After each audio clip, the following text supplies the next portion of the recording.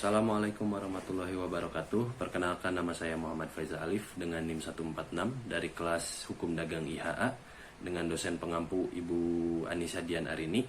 Saya kali ini akan menjelaskan materi tentang pengangkutan untuk memenuhi penilaian ulangan akhir semester.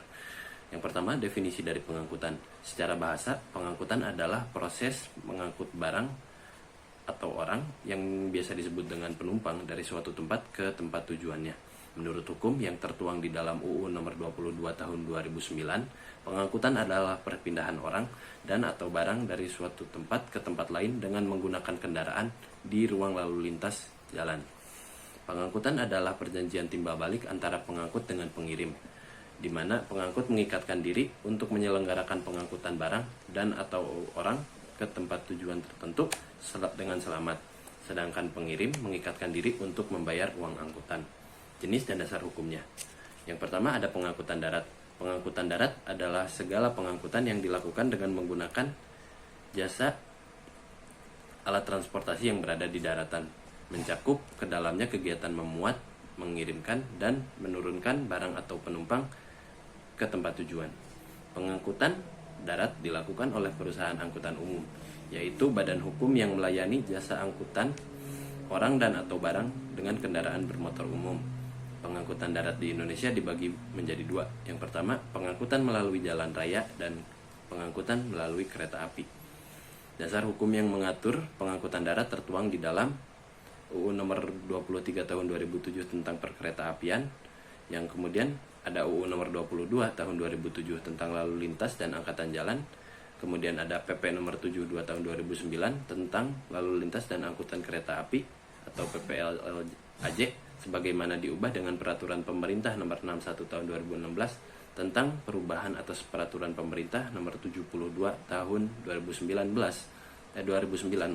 tentang lalu lintas dan angkutan kereta api. Dan yang terakhir ada UU nomor 38 tahun 2009 tentang pos. Kemudian ada pengangkutan udara. Pengangkutan udara sendiri dilakukan oleh suatu badan usaha, yakni baik Badan Angkutan Udara Niaga yang memegang izin dari adanya aktivitas angkatan udara untuk melakukan kegiatan angkutan udara niaga sesuai dengan Undang-Undang Penerbangan. Juga atau suatu badan usaha selain Badan Usaha Angkutan Udara Niaga yang membuat kontrak dengan perjanjian angkutan udara niaga. Dasar hukum yang mengatur pengangkutan udara tertuang di dalam yang pertama Undang-Undang nomor 1 tahun 2009 tentang penerbangan, yang kedua ada Undang-Undang nomor 2 tahun 1976 tentang pengesahan Konvensi Tokyo, Konvensi The Hague, dan Konvensi Montreal. Kemudian ada Undang-Undang nomor 4 tahun 1976 tentang penambahan pada KUHP yang berkaitan dengan kejahatan penerbangan dan kejahatan terhadap sarana prasarana penerbangan. Kemudian Peraturan Pemerintah Nomor 40 Tahun 1995 tentang Angkatan Udara dan Peraturan Pemerintah Nomor 3 Tahun 2001 tentang Keamanan dan Keselamatan Penerbangan. Dan yang terakhir ada Peraturan Menteri Perhubungan Nomor PM 77 Tahun 2011 tentang tanggung jawab pengangkut angkutan udara. Dan terakhir ada pengangkutan laut. Pengangkutan laut menurut UU Nomor 21 Tahun 1992 tentang pelayaran dan peraturan pelaksana nomor 82 tahun 1999 tentang angkutan di perairan terbagi menjadi dua, yaitu pengangkutan laut dalam negeri dan pengangkutan laut luar negeri.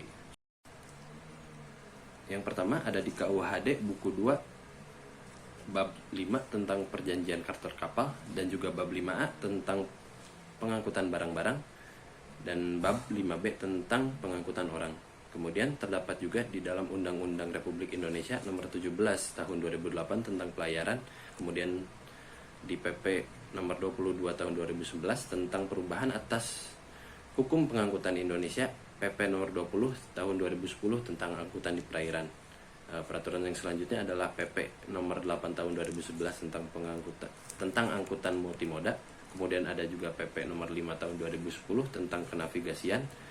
Ada juga PP nomor 20 tahun 2010 tentang angkutan di perairan.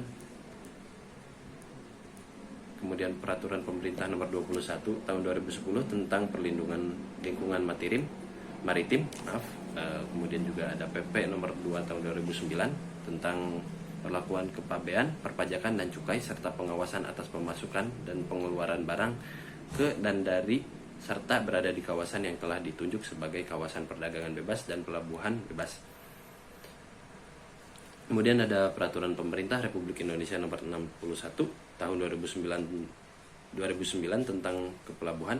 Kemudian ada PP Nomor 51 Tahun 2002 tentang perkapalan. Dan yang terakhir ada Instruksi Presiden Nomor 5 Tahun 2005 tentang pemberdayaan industri pelayaran nasional. Sekian yang bisa saya sampaikan. Mohon maaf apabila terdapat banyak kekurangan.